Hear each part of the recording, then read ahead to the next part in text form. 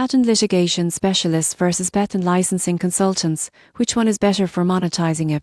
You won't believe how often inventors and companies get this wrong, thinking monetizing intellectual property is just about selling or licensing patents. The surprising truth is that strategy and enforcement play equally important roles. Patent litigation specialists focus on enforcing patent rights through legal action. If another company infringes your patent, these specialists guide you through lawsuits, injunctions, and settlements. For example, if a tech company discovers a competitor using a patented process without permission, litigation specialists can secure damages or compel licensing agreements. Their expertise ensures that patent holders maximize value by protecting their rights in court, which can sometimes lead to substantial settlements. Patent licensing consultants, on the other hand, focus on generating revenue proactively. They identify potential licensees, negotiate agreements, and design royalty structures. A medical device company, for instance, might use licensing consultants to establish global partnerships, enabling multiple companies to use the patent legally while generating recurring revenue.